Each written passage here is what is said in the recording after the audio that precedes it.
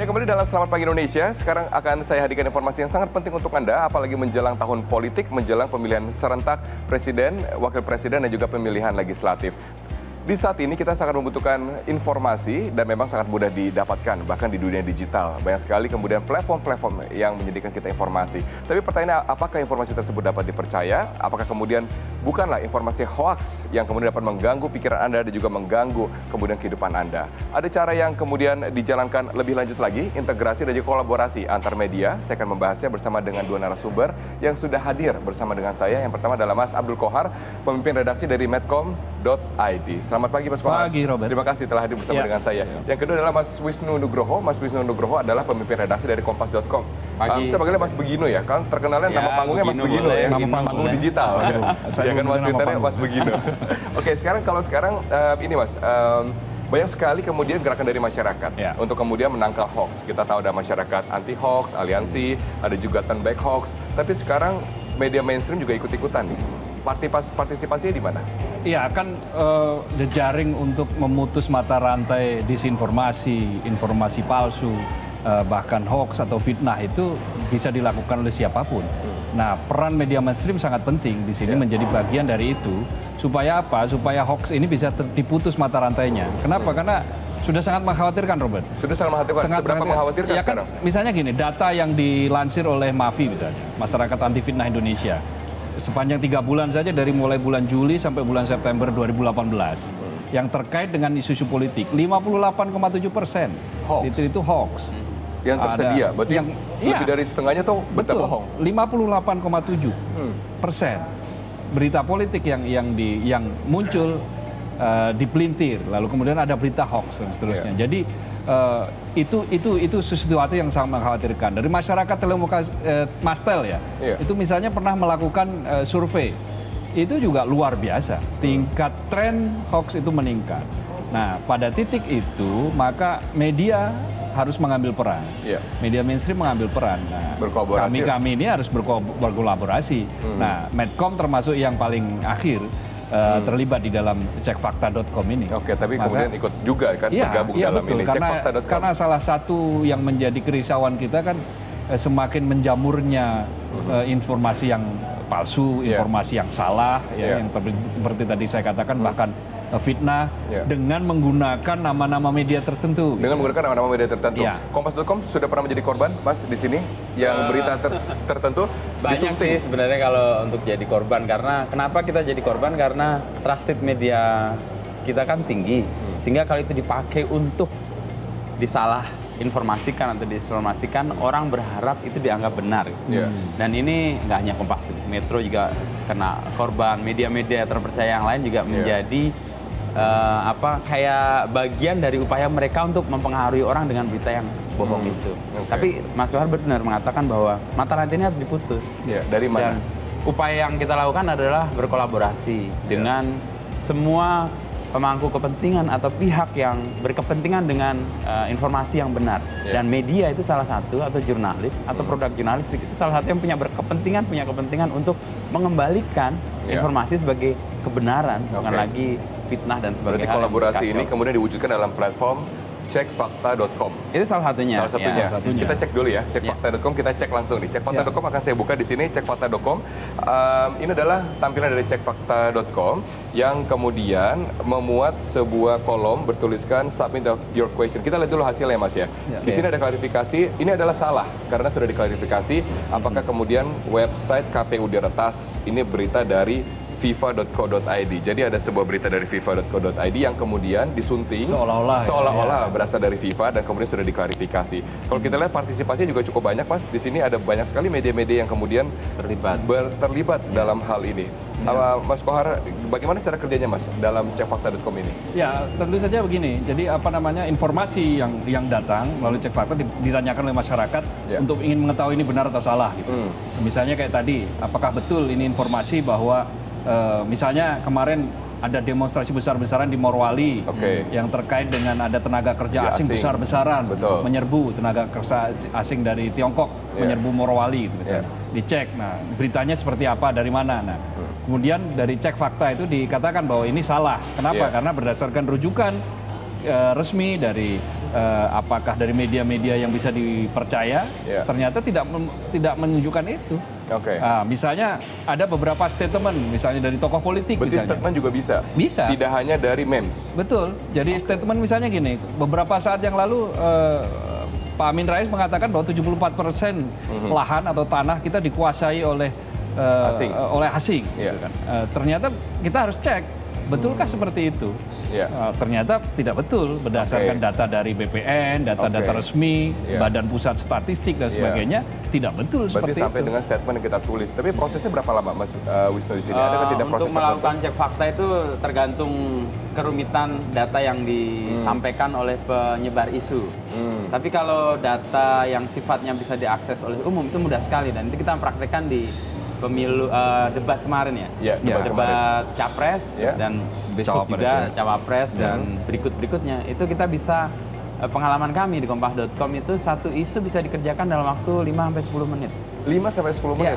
Asal kemudian data yang jelas. Asal misalnya jelas. dia mengatakan isu tentang sebuah wilayah lebih besar dari Indonesia gitu. Dari Malaysia. Lebih besar ya, Malaysia langsung aja. Itu dalam waktu sekejap kita lebih besar. Itu kategori apa yang paling mudah dikenali adalah luas. Ukuran yang bisa disepakati secara universal, besar itu kan. Lalu kita cek apakah itu benar, itu cepat. 5-10 menit kita bisa melakukan itu dengan tidak hanya oleh kami, oleh hampir semua media melakukan itu. Itu kan kalau seandainya isu tingkat nasional ya Mas. Bagaimana dengan isu yang tingkat daerah? Misalnya Mas Kohar katakan Morowali demonstrasi tenaga kerja asing, kan harus kemudian cek dulu ke daerah, cek dulu ke... Kami biasanya menggerakkan beberapa kontributor yang kami miliki, karena itu harus diverifikasi ke lapangan. Kita nggak bisa misalnya mengandaikan atau mengandalkan informasi yang kita tidak yakin betul sumbernya. Kalau kita mengandalkan itu khawatir malah menjadi sumber ketidakpastian baru. Nah, untuk itu kita menugaskan reporter kita datang cek ke sana ya untuk memastikan apakah benar. Nah, ini yang butuh proses yang agak lama karena ada proses ke lapangan. Jadi media itu kan melakukan mengabarkan kebenaran itu dengan 3 cara. 1 riset, 2 observasi, 3 itu melakukan wawancara. Nah, kalau 3-tiganya itu sudah didapat, itu pastilah kebenaran jurnalistiknya. Tapi kan yang terjadi adalah berita-berita yang kemudian enak aja diganti judulnya. Kemudian menjadi sebuah kebenaran maya. Nah, itu akan lebih mudah lagi. Jejak digital kan nggak bisa dihapus. Nah, jejak digital dari sebuah penerbitan kan akan ketahuan. Misalnya kemarin sempat beredar informasi bahwa di metrotvnews.com diubah bahwa siapkan center, siapkan ini akan terjadi gempa besar di Jakarta misalnya. Nah, ternyata metrotvnews.com tidak pernah memberitakan yang seperti itu. Tinggal dicek, di search. Jadi digitalnya, oh bukan seperti ini ternyata yang diberitakan. Nah, itu mudah. Itu hal yang lumrah dikerjakan. Nah, kenapa selama tingkat kepercayaan masyarakat terhadap media mainstream terutama meningkat. Itu tahun 2018 dari Edelman Report, Trust Barometer Report. Nah, di situ dijelaskan ada kenaikan tingkat kepercayaan terhadap jurnalis itu naik 5 poin. 5 poin. Itu 58%. Termasuk cukup tinggi dalam 1 tahun atau bagaimana dengan tren-tren yang karena begini, sebelumnya kan turun kan. Nah, di sisi yang lain tingkat kepercayaan publik terhadap media sosial itu semakin turun. Kenapa? Karena mereka terbukti bahwa beberapa informasi itu sumber ketidakbenaran yang mereka dapat itu dari sosial media. Makanya kemudian mereka kembali menaruh kepercayaannya terhadap media mainstream.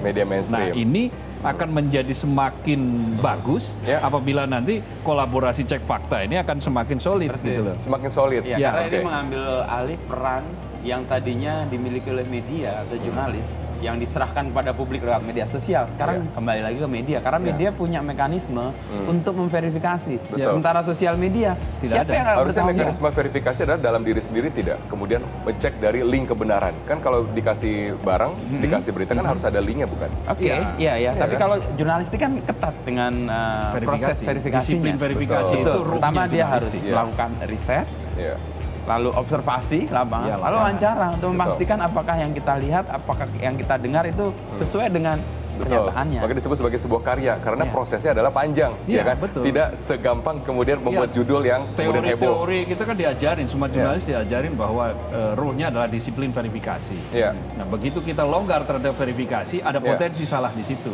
Karena itu di media-media mainstream itu disiplin verifikasi sangat ketat. Oke. Nah, dengan keketatan disiplin verifikasi itu, maka celah bagi munculnya kemungkinan terjadi misleading, salah informasi, salah memberitakan itu bisa diminimalisir. Oke, yang menjadi pertanyaan saya selanjutnya Mas Sukar, apakah kemudian dalam media-media yang terlibat ini sepakat? Karena sekarang kalau di media sosial bukan siapa yang benar, siapa yang salah, tapi siapa yang lebih gaung, siapa yang lebih rame gitu kan. Kemudian pada saat ini sudah terverifikasi, apakah kemudian bersepakat untuk menyebarkan bersama-sama apa yang salah dan apa yang benar?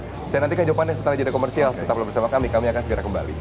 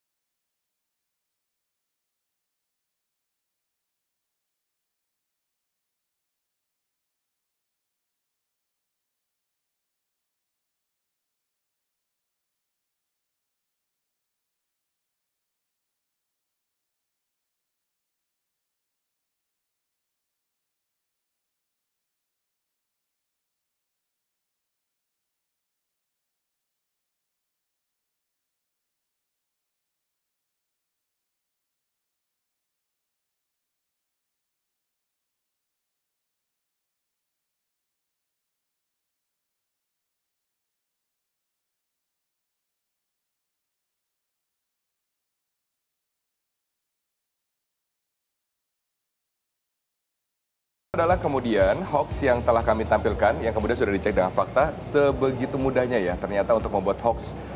Foto bisa diinterpretasi berbeda, tulisan juga bisa diganti dengan teknologi sekarang. Ya, bahkan sekarang kan beberapa platform kan sudah mulai mengembangkan untuk cek fakta video dan foto. Ya. Dengan mereka bekerja sama dengan para ahli, betul.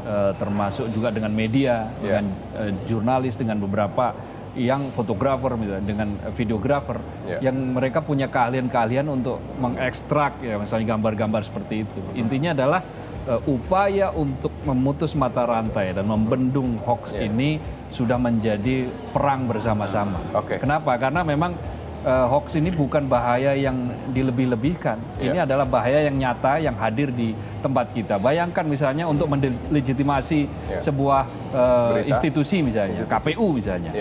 Dibuatlah hoax 7 kontainer tidak tanggung-tanggung.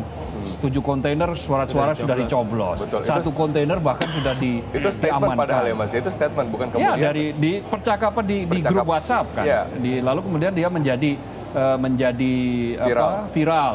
Nah, sengaja diviralkan. Tujuannya adalah delegitimasi. Kemudian diawali dari audio kan misalnya. Betul. Gitu. Nah, disebutkan bahwa pihak KPU sudah mengonfirmasi ini kebenaran. Nah, akan selalu begitu. Jadi modus-modus tipuan itu untuk melakukan disinformasi seperti itu. Dan akan semakin marak. Tapi adakah kemudian kesepakatan Mas Wisnu dari media mainstream yang telah bekerja sama dengan berbagai komunitas pada saat terverifikasi berita tersebut salah atau hoax, kemudian bersama-sama ikut menyebarkan, memberikan informasi sampai kepada tingkat grassroots kepada masyarakat umum? Ya, itu mekanisme yang kami lakukan sih. Ketika kita mendapatkan sebuah informasi dan kita tidak yakin akan kebenarannya atau isu itu adalah hoax, kami bekerja bersama-sama dengan institusi masing-masing tentunya untuk memverifikasi siapa yang lebih cepat, siapa yang bisa menghasilkan verifikasi lebih awal, lalu mempublikasikan.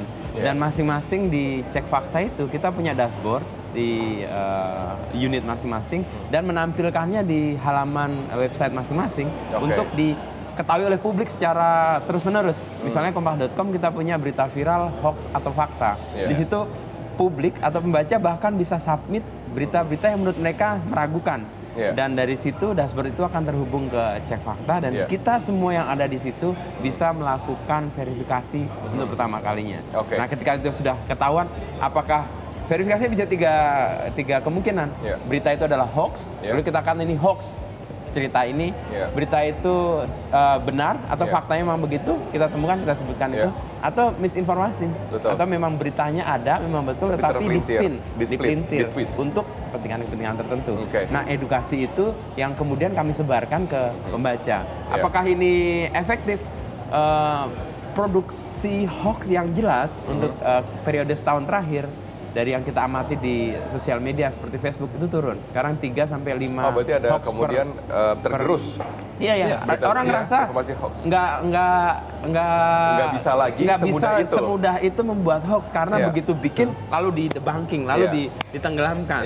Orang merasa sia-sia nih. Mereka mungkin menggunakan cara-cara lain sekarang. Oke, yang saya rasakan juga lucu juga ya. Padahal medcom.co.id dan juga kompas.com secara nature adalah kompetisi. Ya kan? Ini kan ada kompetisi tapi kemudian sekarang duduk bersama-sama untuk kemudian berkolaborasi. Ini kan bukanlah sesuatu yang kemudian lazim sebenarnya ya. Kompetisi. Dan kita 24 media sekarang. 24 media mainstream di Indonesia terlibat dalam kolaborasi bersama di Cek Fakta. Kita dirikan 3 Mei 2018 lalu, dan dari situ inisiatif itu meluas tidak hanya dengan media, bahkan dengan Google. Kita bekerja sama, ada pelatihan, lalu kita juga meminta kepada Google agar algoritma yang mereka miliki itu membantu berita-berita yang trusted, yang terpercaya dari media-media yang terpercaya itu punya ranking lebih tinggi dibanding berita-berita yang tidak clear. Dan tidak hanya dengan itu, kita dengan Facebook pun kita bekerja sama karena Facebook adalah saluran utama untuk penyebaran hoax sekarang. Sosial media lain juga, tapi itu kita lihat efektif dan angkanya memang turun sih setidaknya. Jadi itu kenapa tadi misalnya bersaing dalam urusan ini ya, tetapi kita punya common enemy kan. Common enemy kita adalah hoax, misinformasi, disinformasi yang bukan hanya menggerus persatuan tetapi juga merusak tatanan, peradaban gitu. Indonesia menjadi bangsa yang kadang-kadang kalau kita saksikan seperti tidak punya martabat. Kenapa? Karena begitu mudahnya orang dihasut oleh berita-berita palsu seperti itu, yang kemudian akhirnya menyerang satu dengan yang lain, yang bisa menimbulkan ketidakpercayaan di antara masyarakat. Kohesi sosial itu menjadi renggang, yang akibatnya adalah rusak semua. Sendi-sendi yang ada di masyarakat, kerekatan yang sudah dibangun dengan susah payah itu akan rusak. Apalagi Indonesia yang majemuk seperti ini, multikultur ya. Yang kalau kena sedikit saja bisa berbahaya kan. Terlalu banyak ditanam di situ bom yang bisa meledak misalnya setiap saat. Bangsa ini taruhannya ya Mas ya? Iya, karena bangsa ini taruhannya, maka ketika bangsa ini taruhannya kita bersama-sama, bergandeng tangan. Kesampingkan perbedaan dulu, kompetisi, kita bersama-sama dulu perangi. Kolaborasi kan kolaborasi, Jadi kolaborasi untuk memerangi sesuatu yang musuh bersama, dan hasilnya kita saksikan seperti tadi report dari Edelman. Sesuatu menurut saya turning point sih, mengembalikan trusted, mengembalikan kepercayaan orang pada media, karena selama ini media berlaku seperti sosial media. Harusnya media lebih punya kewenangan yang lebih untuk melakukan verifikasi itu, sehingga orang datang kepada media untuk mencari kebenaran. Jurnalis itu bekerja dengan kaki. Jurnalis itu salah satu juga bekerja dengan kaki loh. Jadi jangan nongkrong. Iya, dengan tahapan yang jauh lebih panjang dibandingkan dengan berita yang hanya diposting, atau informasi bukan berita ya, karena itu bukan berita yang diposting ke dalam sosial media dengan begitu mudahnya. Terima kasih. Mekanisme defense juga penting bagi masyarakat ya. Think before share, atau saring before sharing juga, atau cek dulu kebenarannya, cek ulang, jangan mudah ditipu sebenarnya, jangan mudah ditipu dengan hal-hal. Cekfakta.com. Oke, cekfakta.com dapat diakses sekarang dengan berkolaborasi dengan puluhan 24 media mainstream dan juga dengan berbagai koalisi swadaya masyarakat ya. Terima kasih Mas Wisnu telah bergabung dalam Sapa Indonesia. Terima kasih Mas Kohar juga telah bergabung dalam Sapa Indonesia. Tetaplah bersama kami akan hadirkan informasi menarik untuk Anda. Tampaknya sekarang chef akan mulai cooking sebentar lagi.